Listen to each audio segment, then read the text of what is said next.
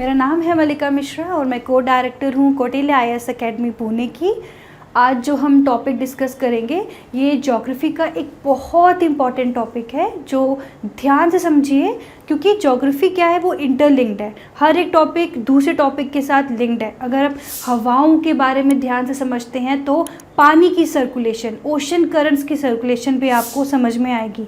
तो ये टॉपिक आज जो हम डिस्कस करने वाले हैं वो है सर्कुलेशन ऑफ द एटमॉस्फेयर, यानी कि हवाओं की, विंड किस तरीके से, हवाएं हमारे अर्थ पर किस तरीके से चलती हैं, किस डायरेक्शन में चलती हैं, उनके क्या करेक्टरिस्टिक्स हैं, आज हम उसे डिस्कस करेंगे।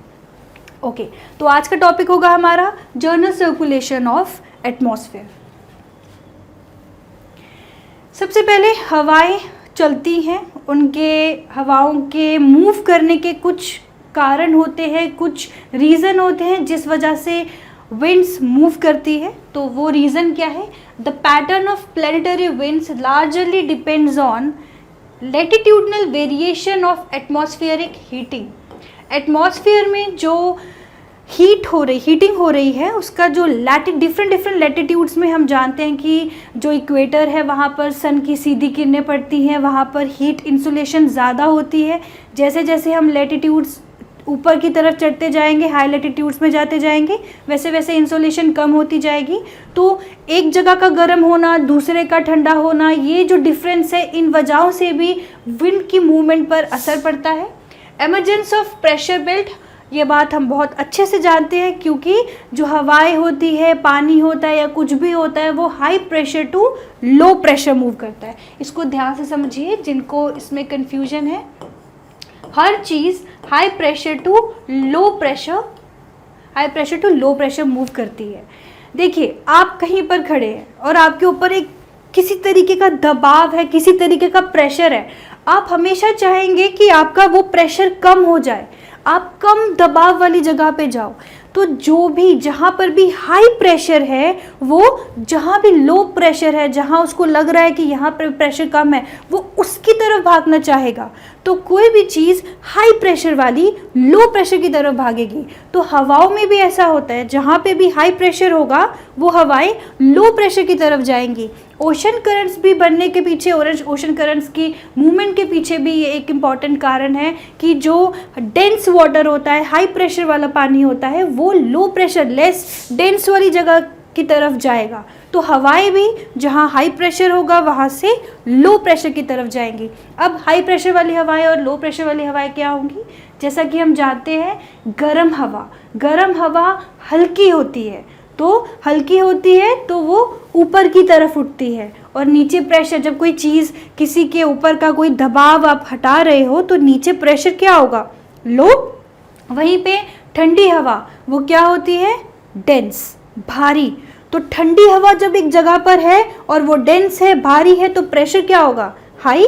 तो ये हाई प्रेशर वाली हवा जहाँ ठंडी गर्म हवा थी, जो हल्की थी, ऊपर उठ रही थी, उस तरफ जाएगी, उसकी जगह को लेने के लिए जाएगी। तो इस तरीके से हमारी जो विंड होगी वो मूव करेगी। तो प्रेशर बेल्ट से भी हमारा जो विंड है वो अपनी डायरेक्शन लेगा। द माइग्रेशन ऑफ बेल्ट्स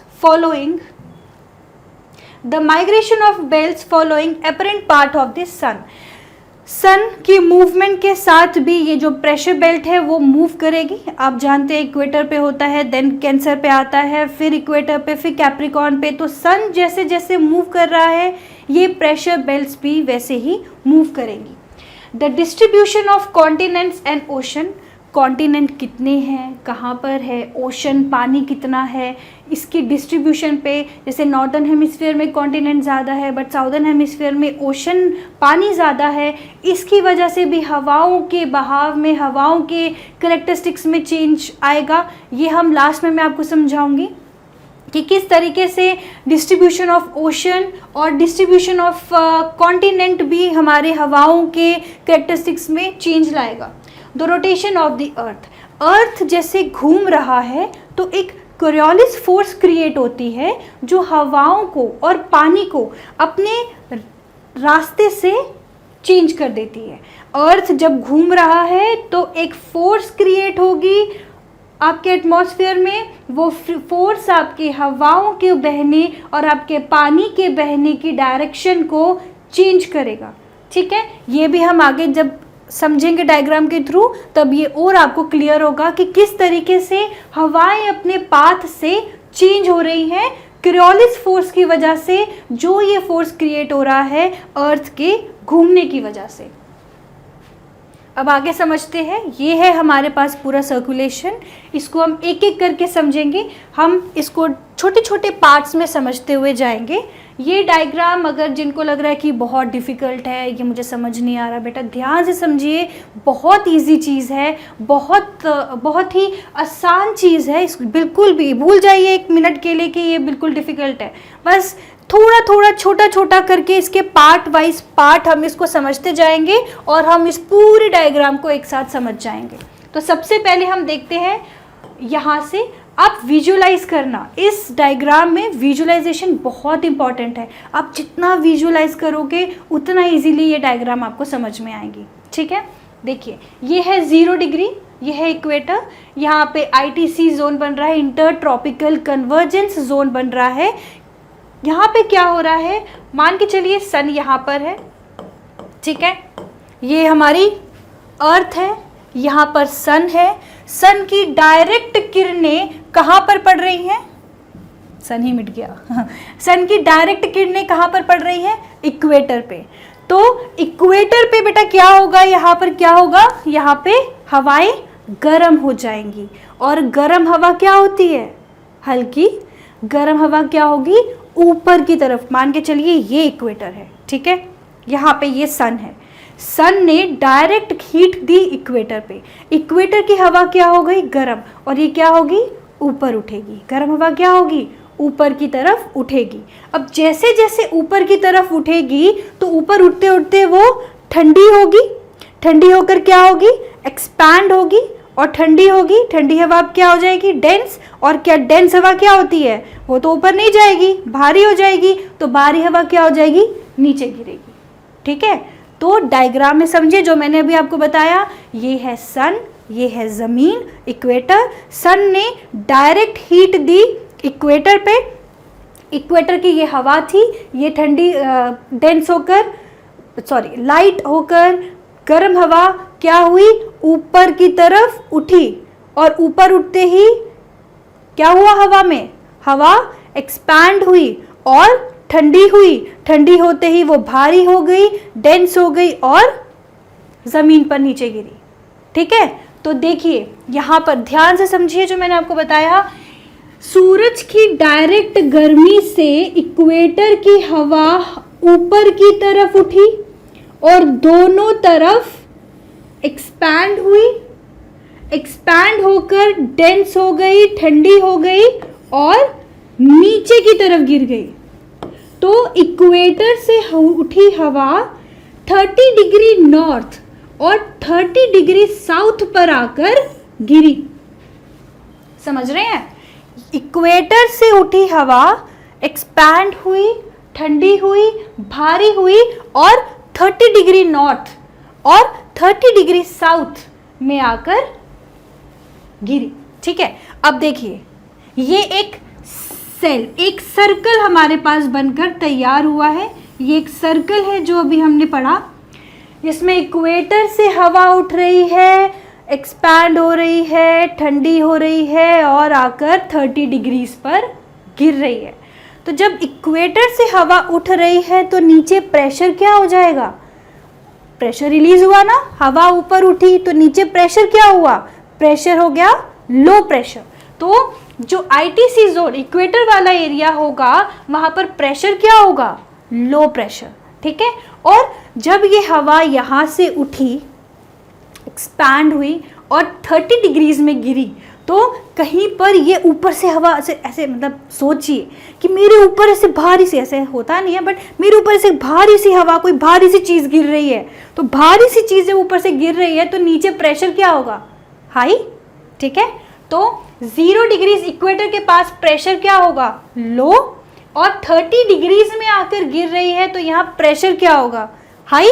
ठीक है, तो ये होगा लो प्रेशर बेल्ट और ये होगा हाई प्रेशर बेल्ट, ठीक है, ये लो प्रेशर बेल्ट और ये हाई प्रेशर बेल्ट।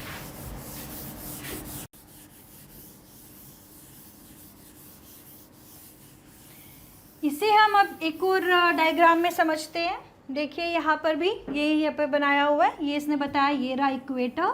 इक्वेटर में गर्मी होने की वजह से हवा क्या हुई, ऊपर की तरफ उठी, एक्सपैंड हुई और नीचे 30 डिग्रीज में आकर गिरी, ठीक है। यहाँ आ गया लो प्रेशर और यहाँ गिर रही है इस तरफ, इस डायरेक्शन में, तो ये क्या हो गया, हाई प्रेशर बेल्ट, ठीक है।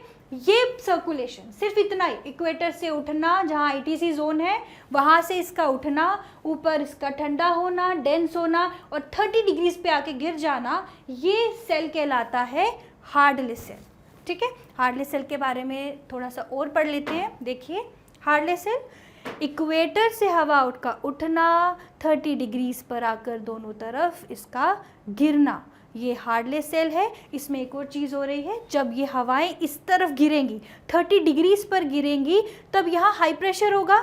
और मैंने क्या बताया, हवाएं high pressure to low pressure बहती है। तो जब हवाएं हमारी ये 30 डिग्रीज पे गिरी, तो इक्वेटर वाला पोर्शन तो हमारा लो प्रेशर है ना, तो ये हवाएं किस तरफ गिरने के बाद किस डायरेक्शन में भागेंगी, इक्वेटर की तरफ जाएंगी, ठीक है। ये देखिए हाई प्रेशर, यहाँ से लो प्रेशर हुआ, हवा गिरी 30 डिग्रीज पर, ये है हमारा हाई प्रेशर। अब ये लो प्रेशर एरिया था, अब हवाएं high pressure to low pressure जाएंगी, तो ये हवाएं आप देख रहे हैं, ये डायरेक्शन देख रहे हैं आप हवाओं की, ये क्यों जा रही है इक्वेटर की तरफ, क्यों, क्योंकि यहाँ पे लो प्रेशर है, अब हवाएं low pressure to high pressure की तरफ जा रही है। तो यहाँ पर ये हवाएं जो है आपकी ईस्ट डायरेक्शन से बह रही है, इसकी स्टार्टिंग पॉइंट कौन सा है, ईस्ट है, तो इसीलिए हम इसे ईस्टर्लीज भी बोलते हैं, इसे हम ट्रेड विंड भी बोलते हैं, इसे हम ईस्टर्लीज भी बोलते हैं, ठीक है। ये है हमारे पास हार्टले सेल। अब हम इसको थोड़ा सा और पढ़ते हैं, जो मैंने आपको समझाया वही यहाँ लिखा हुआ है। हार्टले सेल, ये जो सेल है हार्टले सेल, ये नाम दिया गया है जॉर्ज हार्टले के द्वारा, क्योंकि उन्होंने इस सेल, इस बहती हुई हवाओं के बारे में बताया था, उन्हीं के नाम पर ये नाम रखा गया है हार्टले सेल। ये एक global scale tropical atmospheric circulation है, जहाँ पर हवाएं राइज कर रही है नियर द इक्वेटर, इक्वेटर से ऊपर की तरफ उठ रही है, एंड फ्लो कर रही है polewards at 10 to 15 kilometre above the surface, surface से हवाएं इक्वेटर से ऊपर की तरफ उठ रही है, 10 से 15 किलोमीटर ऊपर की तरफ उठ रही है। जैसे जैसे ऊपर जाएगी हवा ठंडी होती जाएगी, हवा डेंस होती जाएगी और वो वापस आपके नीचे डिसेंड करेगी आपके सब ट्रॉपिक पे। हवा उठी, ठंडी हुई और सब ट्रॉपिक पे डिसेंड कर गई, ठीक है, 30 डिग्रीज पे। अब वहाँ से ये हवा वापस इक्वेटर वर्ड्स, इक्वेटर की तरफ आएगी, क्यों, क्योंकि जहाँ से वो गिरी थी वहाँ हाई प्रेशर था, बट इक्वेटर में क्या है, बीच में लो प्रेशर, हवाएं हाई प्रेशर से लो प्रेशर की तरफ आएंगी, तो वापस से ये हवाएं इक्वेटर की तरफ आएंगी, ठीक है। और यहाँ पर जब विंड आपकी आएगी इक्वेटर की तरफ, तो इसकी डायरेक्शन क्या होगी, ईस्ट से, देखिए ईस्ट से वेस्ट की तरफ जा रही है, तो इसको हम क्या नाम देंगे, ईस्टर्लीज, यानी कि ट्रेड विंड्स, ठीक है। इस जगह से इससे, इन हवाओं से आपको जेट स्ट्रीम्स भी बनेगा, हरिकेन बनेगा, रेन बेल्ट बनेगा। अब ये क्या है, ये आप पहले इसको फिनोमेना को पूरा समझिए, मैं लास्ट में आपको ये समझाऊंगी कि ये क्या है, ये जेट स्ट्रीम्स कैसे बनती हैं। ये हमेशा बहुत कन्फ्यूजन रहती है, लेकिन जब आप एक बार ये चीज़ें समझ लेंगे, जेट स्ट्रीम्स भी कैसे बनती है आपको अपने आप समझ में आ जाएगा, आपको वो चीज़ ईजी हो जाएगी। पहले फ़िलहाल के लिए हमने समझा हार्टले सेल, अब हम आगे चलते हैं। अब हम बात करेंगे, देखिए इस सेल की बात हो गई, ठीक, हमने इसकी हार्टले सेल की बात हो गई, ये चीज़ हमें क्लियर हो गई। अब हम आगे चलते हैं फेरल सेल। नेक्स्ट हमारा जो है वो है ये वाला portion, that is Ferrel cell. अब हम समझेंगे फेरल सेल को, ठीक, मैं रब कर दूं ताकि आपको क्लियरली दिख सके।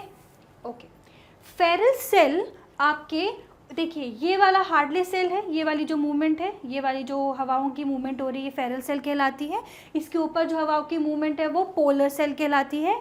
तो फेरल सेल जो बनता है वो पोलर सेल और हार्डलेस सेल के बनने की वजह से बीच में आपके जो चेंजेस आ रहे हैं वो फेरल सेल कहलाता है। मतलब इस फेरल सेल के बनने का इन्फ्लुएंस पोलर सेल और हार्डलेस सेल दोनों की वजह से होता है। अब देखिए, जैसे मैंने आपको बताया, यहाँ पर पहले हम पोलर सेल समझते हैं।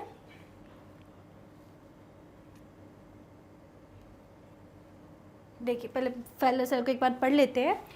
Ferrel cell occurs between 30 and 60 degree north and south. देखिए यहाँ से ये उठा, एक्सपैंड हुआ, दोनों तरफ पे एक्सपैंड होके 30 डिग्रीज में गिरा, ये हो गया हमारा हार्डलेस सेल। ठीक है, अब यहाँ पे जब हवा थी वो हाई प्रेशर से, यहाँ हाई प्रेशर था, हाई प्रेशर से लो प्रेशर की तरफ भागी, और यहाँ पर भी हाई प्रेशर था, यहाँ से ये लो प्रेशर की तरफ भागी। जहाँ भी दोनों तरफ, जैसे हवा गिरी, गिरते ही उसको दोनों साइड में, जैसे कोई चीज़ गिरती है तो गिरते ही वो दोनों डायरेक्शन में जाती है, वैसे ही हवा जब हाई प्रेशर 30 डिग्रीज पे गिरी तो दोनों डायरेक्शन की तरफ, जहाँ पे दोनों तरफ उसको लो प्रेशर मिला तो वो दोनों तरफ भागी। एक तरफ इक्वेटर की तरफ भागी, जो हमने देखा कि उसने ट्रेड विंड्स बनाया, दूसरी तरफ वो पोलवर्ड्स भागी। वहाँ पर कैसे लो प्रेशर बना पहले उसको समझिए। अब यहाँ पे क्या हुआ था, आपको पता है ऊपर की हवाएं क्या है, कूल, ठंडी। ठंडी हवा क्या होती है, डेंस, भारी। भारी हवा किस तरफ जाएगी, लो प्रेशर की तरफ, तो ये हवाएं नीचे की तरफ आएंगी। ठीक है, और यहाँ से ये जो हवा आपकी बह रही थी ये इस तरफ जाएगी और यहाँ पर आपके एक लो प्रेशर बनेगा। यहाँ पर लो प्रेशर कैसे बनेगा, देखिए नीचे की हवा, जैसे इक्वेटर, ये जो 30 डिग्री में गिरी थी हवा, ये जब नीचे से आई और ऊपर पोल की ठंडी हवा जब यहाँ से आई तो यहाँ पर ठंडी और गर्म हवा दोनों आपस में टकराई। ठंडी हवा क्या होती है, डेंस। गर्म हवा क्या होती है, लाइट। तो डेंस हवा लाइट हवा को ऊपर की तरफ धक्का देगी। यहाँ पे फ्रंटोजेनेसिस क्रिएट होगा, जिसमें गर्म हवा ठंडी हवा से टकराएगी। देखिए टकरा कहाँ रही है, इक्वेटर से उठी, यहाँ पर गिरी, यहाँ पे गिरने के बाद यहाँ हाई प्रेशर बना, हाई प्रेशर से हवाएं अब लो प्रेशर की तरफ जाएंगी, तो एक लो प्रेशर यहाँ क्रिएट होगा, एक लो प्रेशर यहाँ क्रिएट होगा, तो इसकी एक ब्रांच इस तरफ मूव करेगी, एक ब्रांच इस तरफ मूव करेगी। जो यहाँ पर मूव की वो गर्म हवा होगी और ऊपर से पोल से आने वाली हवा ठंडी होगी, दोनों आपस में टकराएंगे और ऊपर उठेंगी और नीचे प्रेशर क्या हो जाएगा, लो प्रेशर की वजह से अब ये हवा की एक ब्रांच इस तरफ भी आएगी, यहाँ भी लो प्रेशर क्रिएट हो रहा है और ये एक ब्रांच वहाँ भी जाएगी। तो आपकी ये जो हवा ऊपर उठ रही है, ठंडी हो रही है, फिर यहाँ गिर रही है, तो ये सेल क्या कहलाएगा, आपका फेरल सेल। ठीक है, और पोल्स में क्या हो रहा है, यहाँ पर आपको कूल हवा है, मतलब डेंस हवा है। डेंस हवा जब आपकी जाएगी लो प्रेशर की तरफ तो वो नीचे आकर आपकी इन हवाओं से टकराएगी। अब इन हवाओं की डायरेक्शन देख लीजिए, ये वेस्ट टू ईस्ट बह रहे हैं, तो हम इन्हें क्या बोलेंगे, वेस्टर्लीज, क्योंकि इनकी डायरेक्शन क्या है, वेस्ट टू ईस्ट। ठीक है, और ऊपर से पोल्स आपकी, अच्छा इनकी डायरेक्शन ऐसे क्यों है, ये ऐसे क्यों नहीं जा रहे, ये ऐसे क्यों जा रहे हैं, और ऊपर से आने वाली हवाएं इस डायरेक्शन में ही क्यों है, सीधी क्यों नहीं आ रही, तो रीज़न क्या है, धरती का घूमना, धरती के घूमने की वजह से कोरियोलिस फोर्स क्रिएट हो रहा है, जो हवाओं की डायरेक्शन को डिफ्लेट कर देता है। सीधे बहने की बजाय हवा एक पर्टिकुलर डायरेक्शन में मूव हो जाती है। अगर हवा नॉर्थ टू साउथ हो रही है तो वो इस डायरेक्शन में बहेगी सीधा बहने की बजाय। अगर हवा आपकी साउथ टू नॉर्थ जा रही है तो वो इस डायरेक्शन में जाएगी सीधा आने की बजाय। बात समझी, रीज़न क्या है, कोरियोलिस फोर्स, और वो कैसे क्रिएट हो रहा है, अर्थ के घूमने की वजह से। ठीक है, तो यहाँ पे हमने देखा फेरल सेल आपके ऑकर हो रहा है between 30 and 60 degree north and south. Ferrel cell is dependent of its existence upon the, देखो मैंने बताया था फेरल सेल एग्जिस्ट करता है क्योंकि वो डिपेंड करता है हार्डलेस सेल और पोलर सेल पे। Hadley cell and polar cell के एग्जिस्टेंस से आपका क्या बनता है, Ferrel cell. It comes about in result of the high and low pressure area of the mid latitude for the reason, कभी कभी ये दोनों के इफेक्ट की वजह से बीच में आपकी ये सेल बनता है, इसे हम जोन ऑफ मिक्सिंग भी बोलते हैं. This cell at higher level the wind blows equatorwards and in westerly direction. West direction से, जैसे मैंने आपको बताया, इसकी वेस्ट डायरेक्शन से आता है, सॉरी ये वेस्ट डायरेक्शन से आता है, इसीलिए हम इसे क्या बोलते हैं, वेस्टर्लीज. और ये ईस्ट डायरेक्शन से आता है तो इसे हम क्या बोलते हैं, ईस्टर्लीज.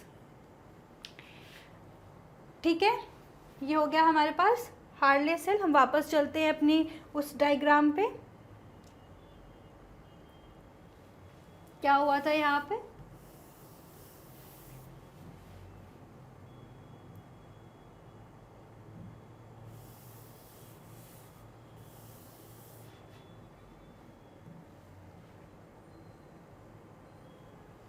ठीक है, हमने समझा ये हार्डले सेल, कुछ भी हो रहा है, ये हमने समझा हार्डले सेल, ये हमने समझा फेरल सेल. हमें ये चीज़ समझ में आ गई कि हार्डले सेल और ये फेरल सेल है हमारे पास. ठीक है, ये हो गया, पोल समझ में आ गया. यहाँ पर आपका क्या हो रहा है, डेंस हवाएं, ठंडी हवाएं, वो किस तरफ जा रही है, लो प्रेशर बेल्ट की तरफ. यहाँ से आपकी हवाएं क्या थी, वो किस तरफ जा रही है, आपके ऊपर की तरफ. और बीच में दोनों हवाएं जब आपस में ऐसे मिली तो ऊपर उठी, नीचे क्या बन गया, लो प्रेशर. ठीक है, तो हमारे पास ये हमने समझ लिया पोलर सेल, हमने समझ लिया फेरल सेल, हमने समझ लिया हार्डले सेल. अब इसको और आगे इसके बारे में पढ़ते हैं. Polar cell. This cell occurs at the 60 degree north and south. Air has been warmed up and rise upward, creating a zone of low pressure. जैसे कि 60 और 90 डिग्री में क्या हो रहा है, आपके 60 और 90 डिग्रीज में हवाएं आ रही हैं, डेंस हवाएं आ रही हैं, नीचे से उसकी गर्म हवा से मिल रही है और ऊपर की तरफ जा रही है. Air mass still sufficiently warm and moist to undergo convection. When the air reaches the pole वाले एरिया की तरफ जाता है तो वो कूल हो जाता है, ठंडा हो जाता है और डेंस हो जाता है, वापस नीचे की तरफ मूव करता है. तो मतलब यहाँ से हवा इस तरफ जा रही है, यहाँ से ठंडी हो रही है, वापस नीचे की तरफ मूव कर रही है. तो ये जो मूवमेंट ऑफ एयर है ये क्या कहलाता है, पोलर सेल. ठीक है, एक बार मैं आपको दोबारा से इसके बारे में फिर से समझाती हूँ. ठीक है, क्या हो रहा है समझिए. ये हमारी अर्थ है, ये इक्वेटर है, इसमें आईटीसी जोन बन रहा है, इंटरट्रॉपिकल कन्वर्जेंस जोन, वो जगह जहाँ पे सन की सीधी किरणें पड़ रही हैं. जगह क्या हो गई है, क्या हो गया है, यहाँ की सरफेस गरम हवा लाइट होगी तो गरम हवा मान के चलिए ये ऊपर की तरफ उठ रही है. ये आसमान है, ये सरफेस है, सरफेस से हवा ऊपर की तरफ उठ रही है. तो उसको डायग्राम में मैं इस डायरेक्शन में बनाकर दिखा रही हूँ. एक्चुअल में हवा ऊपर की तरफ उठ रही है. हवा ऊपर की तरफ उठी, यहाँ पे ये एक्सपैंड की और ऊपर जैसे जैसे जाएगी तो क्या हो जाएगी, ठंडी, डेंस, और डेंस होके वो हवा क्या होगी, नीचे की तरफ फॉल करेगी. तो दोनों जगह पे जहाँ वो नीचे फॉल कर रही है वो है 30 डिग्री साउथ और 30 डिग्रीज नॉर्थ. ठीक है, यहाँ पे ये फॉल किया तो ये आ गया आपका 30 degree south and 30 degree north. ये वाला क्या बन गया, लो प्रेशर, और ये क्या बन गया आपका, हाई प्रेशर. क्योंकि यहाँ से हवा ऊपर जा रही थी और जहाँ पे गिर रही है वहाँ हो गया हाई प्रेशर. अब हाई प्रेशर से हवाएं जो होंगी वो लो प्रेशर की तरफ जाएंगी. तो हवाएं आपकी इक्वेटर की तरफ इस डायरेक्शन में, आपकी इस डायरेक्शन में बहेगी. तो ये ईस्ट डायरेक्शन की तरफ से जा रही है तो ये क्या कहलाएगी, ईस्टर्लीज, ट्रेड विंड्स. अब ये बन गया आपके हार्डले सेल. ठीक है, अब यहाँ पर नेक्स्ट क्या हुआ, जो हवा आपकी यहाँ पर गिरी तो एक लो प्रेशर बेल्ट की तरफ भागेगी, एक आई आपकी इक्वेटर की तरफ और एक लो प्रेशर बेल्ट आपके यहाँ पर भी बनता है. तो यहाँ पर ये जो हवाएं गई ये वेस्ट की डायरेक्शन से गई. ठीक है, तो ये क्या कहलाई आपकी, वेस्टर्लीज. ठीक है, तो यहाँ पे जब हवा आपकी यहाँ पे पहुंची तो यहाँ पे हवाएं लो प्रेशर, यहाँ पे लो प्रेशर, क्यों, क्योंकि पोल है, पोल में जो हवाएं डेंस है वो लो प्रेशर की तरफ आएंगी और यहाँ पर गर्म हॉट हवा और कोल्ड हवा आपस में टकराएगी और ऊपर की तरफ उठेगी, नीचे क्या बन जाएगा, लो प्रेशर। तो ये जो हाई प्रेशर हवा थी ये यहाँ से भी अब ये वाली लो प्रेशर की तरफ, एक इस तरफ भागेगी लो प्रेशर में और एक नीचे की तरफ इक्वेटर की तरफ आएगी लो प्रेशर में। तो ये हवा जब ये यहाँ लो प्रेशर पे आई तो यहाँ पर क्या बन गया आपका, ये जो पूरा सेल यहाँ लो प्रेशर में आई, फिर यहाँ से मूव हुई, यहाँ पे दोबारा गिरी, तो ये क्या बन गया आपके फेरल सेल। और यहीं पर आपके क्या हुआ था, पोल से हवाएं आई, इस तरफ ऊपर उठी, ऊपर उठने के बाद ठंडी हुई, डेंस हुई, दोबारा यहाँ गई, डेंस हुई, दोबारा लो प्रेशर की तरफ आई, फिर ऊपर उठी, फिर इस तरफ गई, ये आपका क्या बन गया, पोलर सेल। तो ये जो हवाएं बह रही हैं इनकी डायरेक्शन आपके high pressure to low pressure, latitude, इस सब पर भी असर पड़ेगा। अब हम आगे बात करते हैं एक बहुत इम्पॉर्टेंट चीज़ों की, डोल्ड्रम, हॉर्स लैटिट्यूड और वेस्टर्लीज क्या होते हैं। डोल्ड्रम बेटा वो लो प्रेशर बेल्ट एरिया, वो लो प्रेशर बेल्ट वाला जगह है जो इक्वेटर के दोनों तरफ, इक्वेटर की तरफ बनता है, दोनों साइड पर। यहाँ पर बिल्कुल काम हवा होती है, हवाएं जो है वो बिल्कुल शांत होती है, हवाओं में कोई मूवमेंट नहीं होती है। वो शांत वाली जगह है जहाँ पर शिप्स को प्रॉब्लम होती है मूव करने